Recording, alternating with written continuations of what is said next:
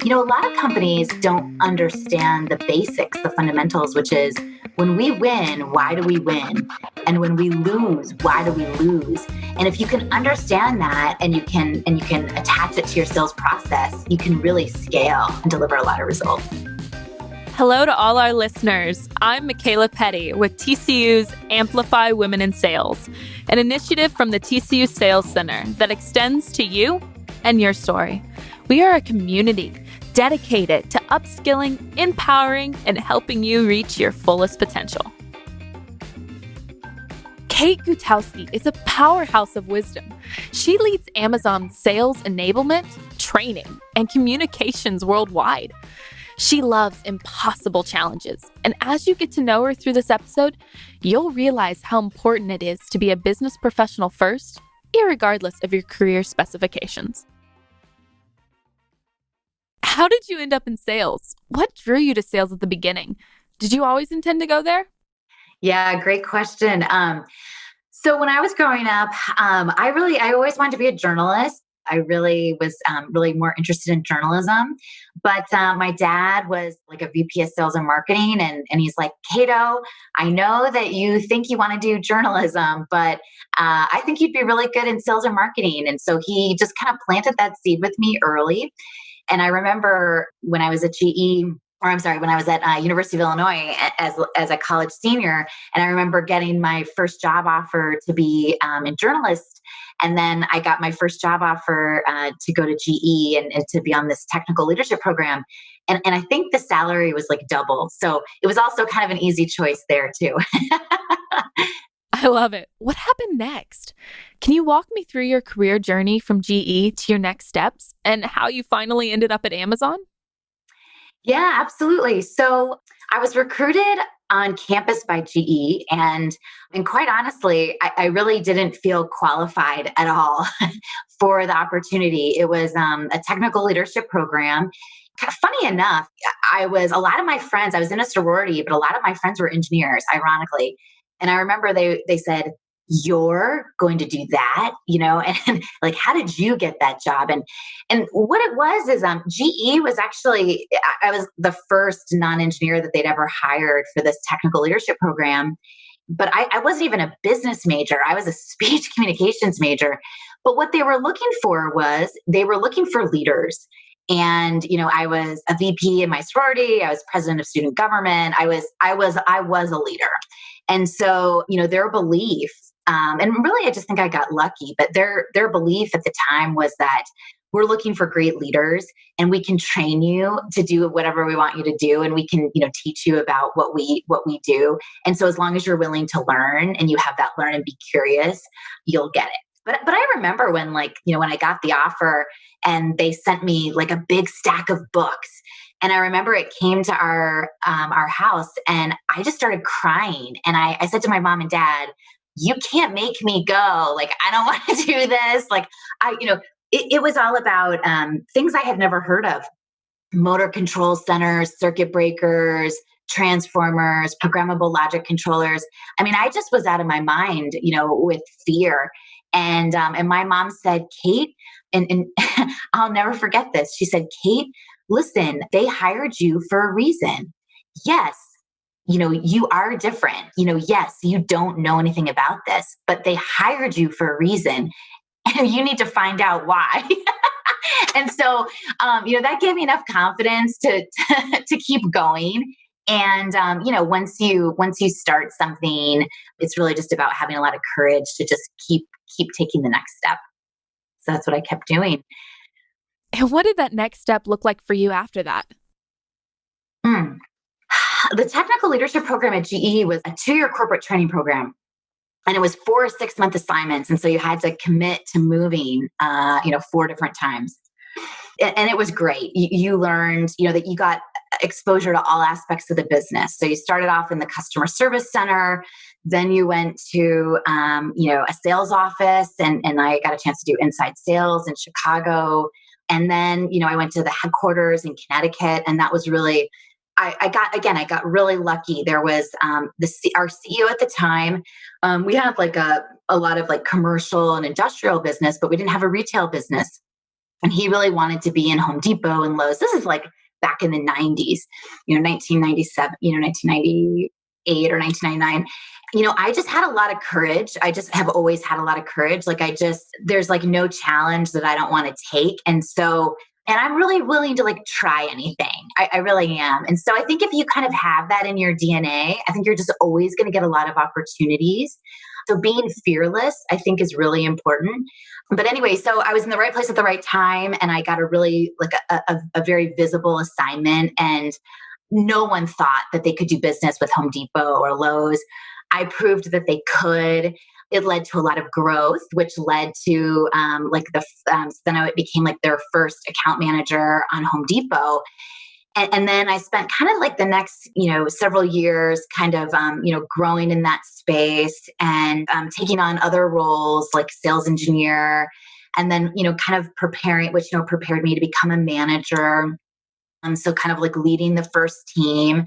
And I would say that what was really great about GE is that they really had like a general manager's mindset.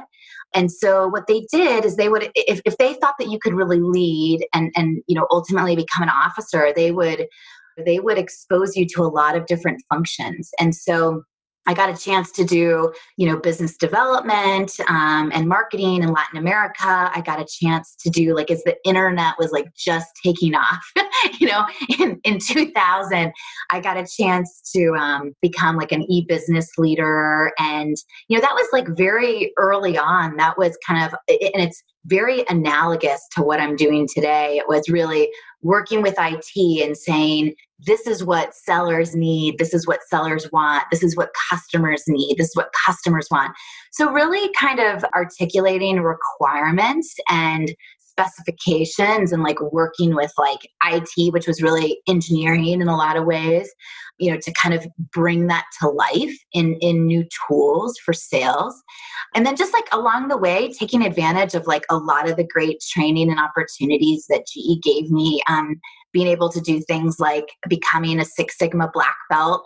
And again, everyone back then thought that Six Sigma and process improvement was only for the manufacturing floor.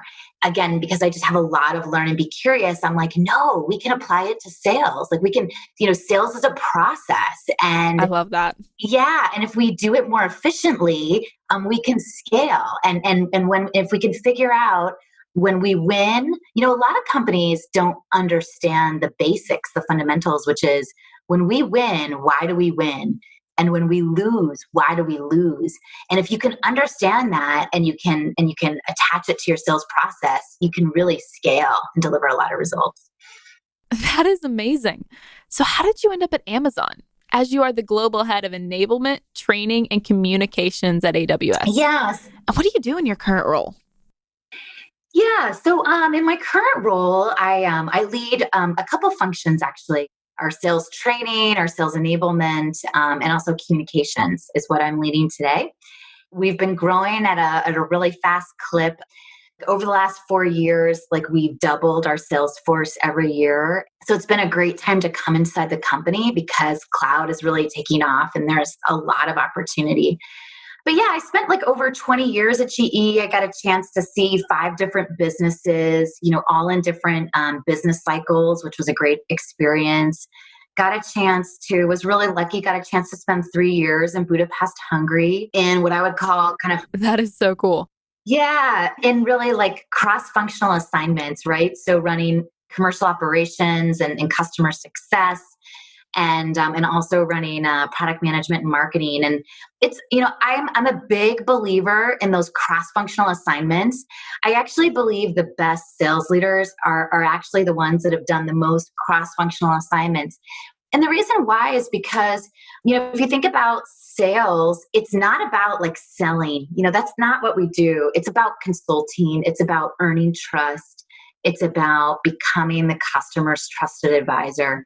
And the way you earn the right to become the customer's trusted advisor is you need to have diverse experiences. You need to think, act, and work like a business leader. And that's the kind of mindset that I bring to my existing role. I don't just own like the training, the enablement, and the communications. I also own the technology that goes with that. So today, that's a mix of some third-party software that, partnerships that we have, and those partners are really important and strategic to us. But it's also building our own software to solve our own problems as well. And so we do a little bit of both. That is awesome. You view sales differently than most sales professionals I talk to. You see it diversely and all these different angles, and with the technology side and the very fact that how do I get from A to B? And I love that. Yeah, yeah. I think that's really important. And I think, it really wasn't until I got my MBA that I really had, I think, enough financial acumen and enough business acumen to really be effective at sales. I mean, I noticed that after I got, getting your MBA is such a great, it puts you, you learn so many great kind of practices, some of this is a little bit old school, but like just simple things like reading the Wall Street Journal every day. Reading the Wall Street Journal every day is like, it's like going back to MBA school all over again. A lot of these things that you learn about, you get to read about. And so it's forming those good habits. And the more you read, the more you learn, the more educated you are, the more value you can add. And it helps you to see business cycles. And so when other people are panicked, you're not, because you understand the business cycle. Leading into your current role as head of sales training, I know you implemented new technologies such as AI and machine learning at Amazon. Can you explain more about that and what all you're doing? I can't speak to a lot of what we're doing because it is proprietary. But what I can speak to kind of generally is a lot of the experience that I have in implementing these technologies. So what I can tell you is that I think for any sales leader, it's really important for them to really understand technology. It's important for them to understand the technology that their teams are using, and it's important for them to understand, all of the capabilities that AI and machine learning can bring. One of the most important things I think is key, for being effective in sales is you really need to understand the customer. AI and machine learning are really tools that can provide a lot more insight into customer behavior.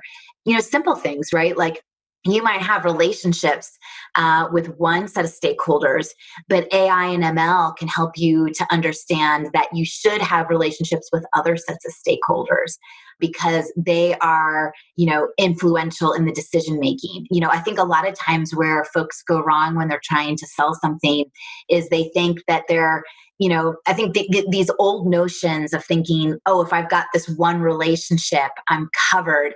That's actually not true at all. What we see today, especially in like large decisions on cloud technologies like AI and ML and others, and I think this is something that a lot of professionals take for granted in technology, but I understand this firsthand.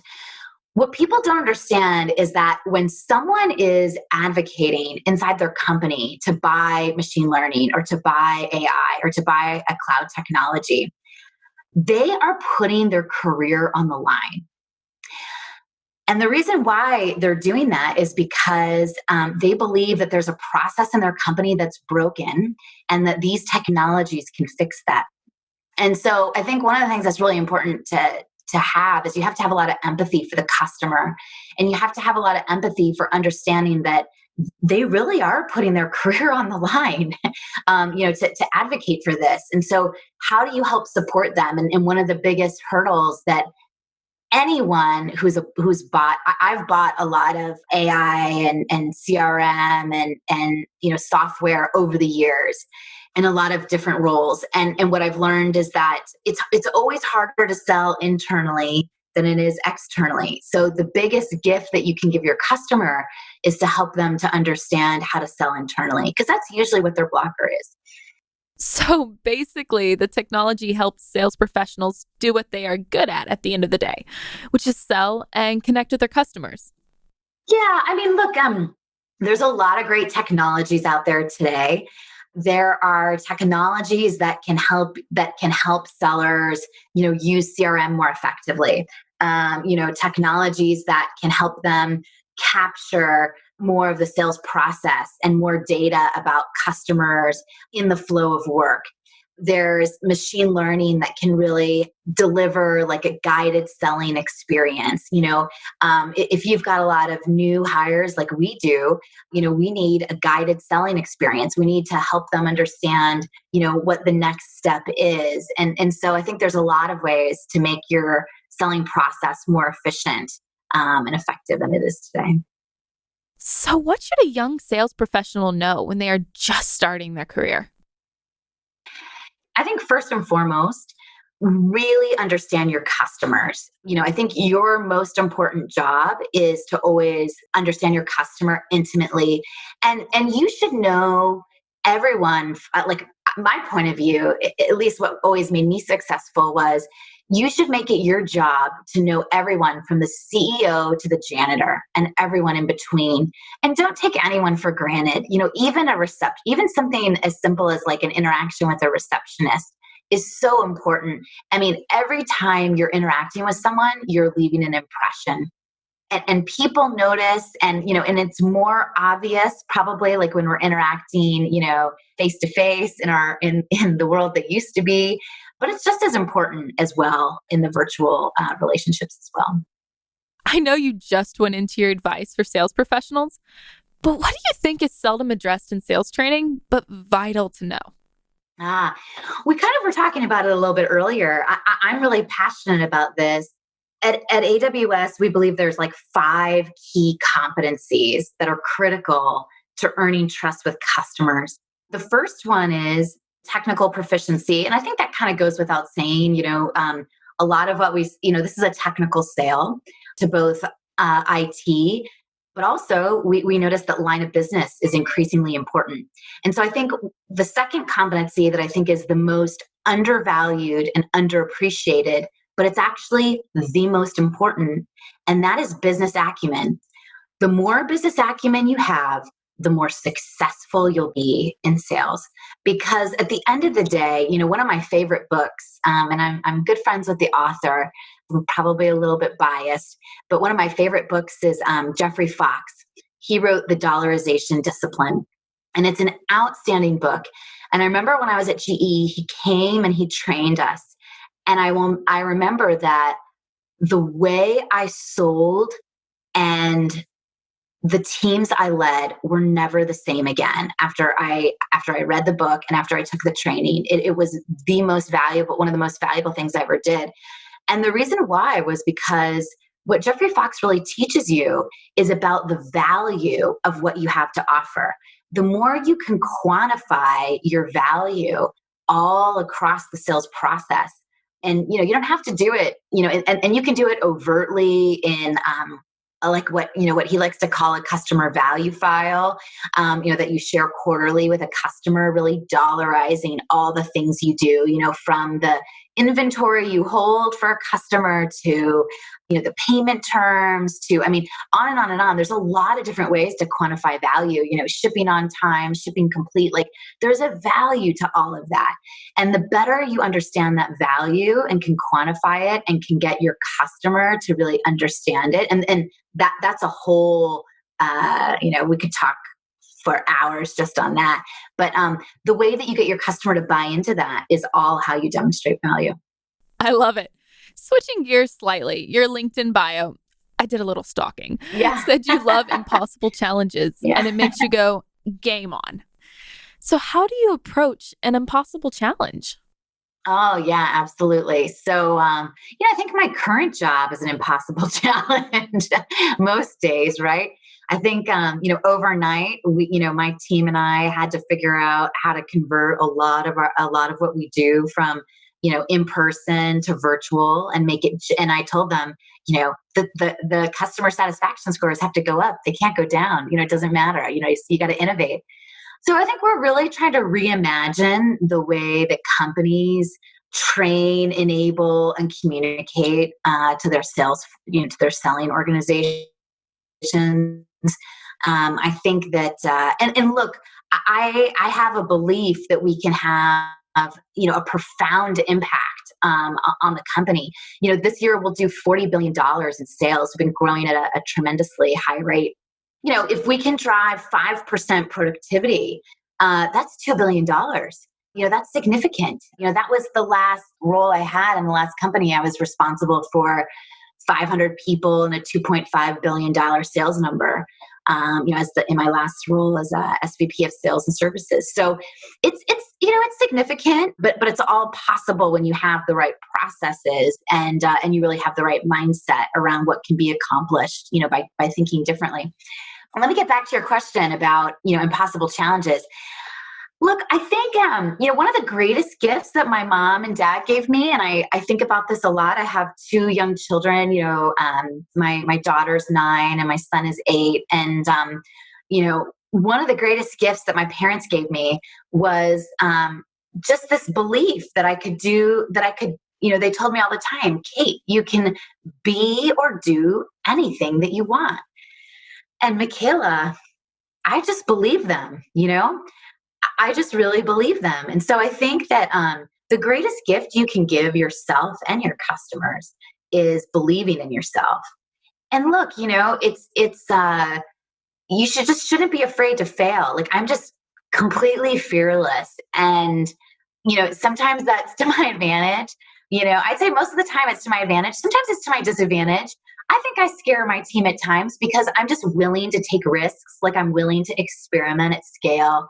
And I have a belief that it's more important to innovate. Like, I'd rather fail while trying to innovate than keep things status quo and not make enough progress. Like, I'm much more afraid of just keeping things status quo. Like, to me, status quo is just frightening. Do you think design thinking plays a role in this? You mentioned it in your bio, and personally, that was my favorite topic at TCU. If I can think of one class that changed the way I thought, that was it. Do you apply that often to your impossible challenges? Oh, absolutely, Michaela. And that's kind of like when I talk about like cross-functional, like the importance of like doing this cross-functional type assignments to kind of grow and develop that business acumen. That's exactly what I mean, is like taking on roles in marketing or product management. If I look back at my career, a lot of my, I'm kind of weird. I sort of have like 3 loves. Like, I love sales leadership, I love product management, and I love technology. And I love my job now because I get to apply all of those to my job every day. And so it's just heaven, right? It's just heaven for me. And then this place changes all the time. We're in a fast-paced industry and market and company, which is just oxygen for me. I love it. I love change. But to get back to your question, design thinking, you can apply to a lot of different areas. I learned about design thinking and design thinking principles through product management because, it's that whole notion of, working backwards from the customer and designing, really deeply understanding what they want, not just what they say they want, but observing how they work and kind of anticipating. It's about solving, product management's about solving today's challenges, but also looking around the corner and looking into the future and anticipating future needs. And then it's really this idea of like test, learn, fail, and iterate again until you get it right. And I'm really comfortable in that space. Not a lot of people are though, right? A lot of people like things that are very predictable. And so I think that's really important to know that about yourself as you're thinking about, jobs and things like that. If you like non-predictable, you'd like, product management too. I definitely like non-predictable. I enjoy having many different things going at the same time, even if it makes me a little crazy. Then you'll love sales, and you'll love product management. I'll look into that. So curious, since it's not really accepted and people are afraid of it, how do you create this atmosphere where failures and reiterations are accepted as a part of growth? Instead of people going, oh, I failed, they go, I found the next step of a great idea. Such a great question. So I will answer you by saying it's the role of the leader to create safe places where people can fail. And really and I think it's also your role as when everybody's got to take control of their career and you've got to land at a company where failure is okay. And look, even at Amazon Web Services, which is very progressive and very forward thinking, we still have to work hard to really make sure that people know that it's safe to fail and that it's okay to try and that not everything's going to work. And what that looks like is for leaders, it means we've got to celebrate failure. And it's important, right? And I remember I used to work for our vice chair at GE, Beth Comstock, who was also our chief marketing officer. And one of the things that she used to do is she used to really celebrate failure in a very significant way. There's a great story about how, she celebrated someone who, instead of spending $2 million, spent 200,000 and completely failed. But she's like, but this is a win because you didn't go and spend the $2 million. You only spent the 200,000. And I'd rather that's a better business decision every day. Like, let's spend 200,000 and let's really learn rather than spending the 2 million and learning bigger that it didn't work. So that is a fantastic way to look at it. So how does a young sales professional grow this skill set, so to speak? How does she change the way she looks at a challenge? Because it is a complete brain flip from what is usually accepted. Yeah. Look, I think I don't like to do anything the normal or traditional way. So I love that. Same. I like to do everything completely differently, which again, Amazon Web Services is the perfect place for me to work because that's how they are here. Like everything that Jeff Bezos has in our culture is a lot of it to me is designed to do the opposite of what every other company does. And a lot of times that can be misunderstood. But part of our culture here is that we're very much okay with being misunderstood. And I think that that's really important. If you're really going to be a change maker, I think you have to be very comfortable being misunderstood. But to answer your question about like, how do you grow these skills? Look, I think that becoming a sales professional, sales is one of the most important skills that any leader can have. And it doesn't matter. I think sales is like, the advice I always give to young people when they're thinking about, what do I want to do with my career? Where do I want to start? What do I want to start in? And I get a lot of people that want to come and work for us, in our function, in enablement, training, and communications.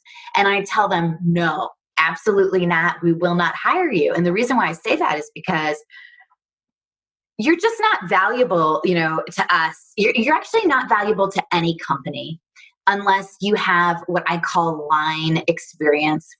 You need to understand how revenue is generated, which is what you will learn in sales. You need to understand. I think it's important to understand. Another way that revenue is generated is by building amazing products and services. And so, like, to me, those are examples of line jobs because they are contributing to the bottom line. And those are the types of jobs that you want the bulk of your career to be in, because that is what's going to help you understand the business fundamentals. And once you understand the business fundamentals, then you can go into, I would argue, then you can go into other areas like marketing or enablement, training, and communications, and have significantly more impact because you understand, the fundamentals of how revenue is generated.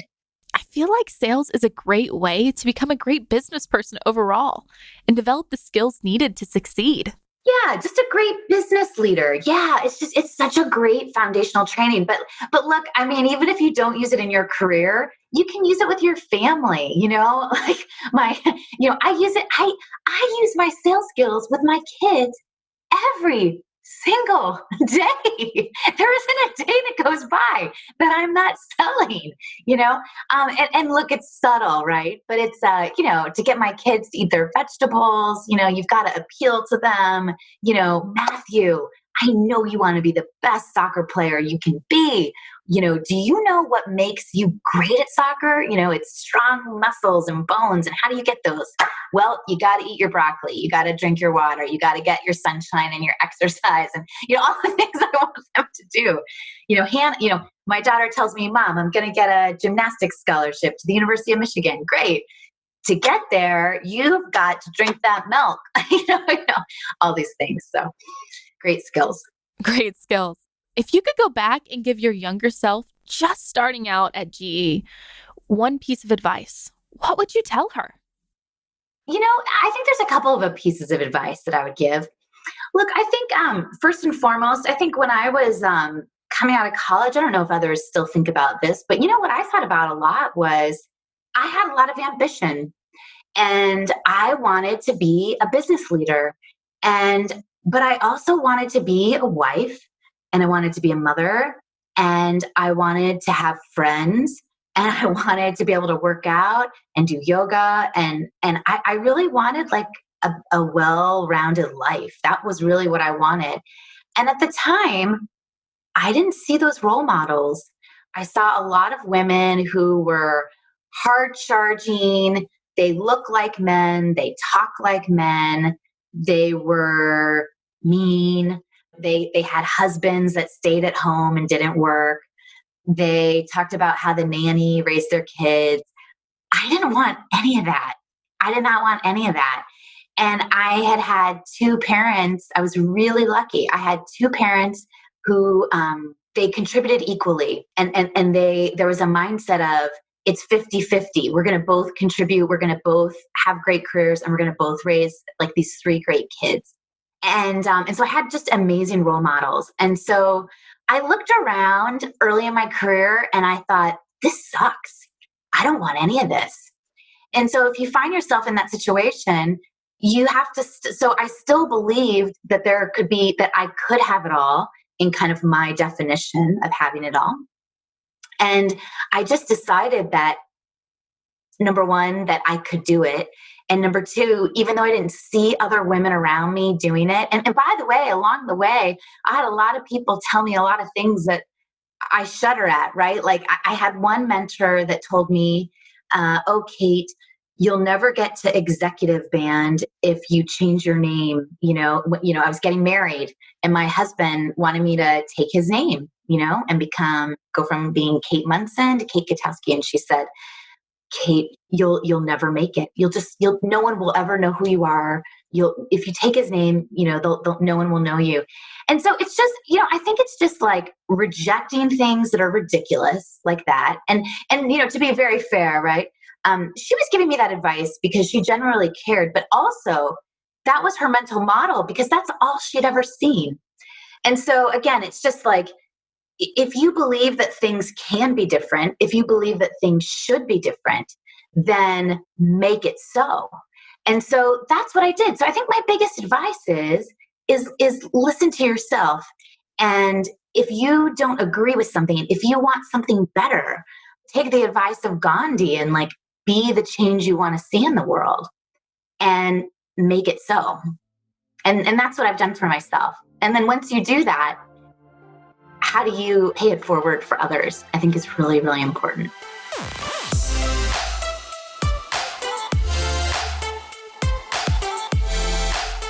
Cate said so many amazing pieces of wisdom, but it boils down to this acronym, BXT.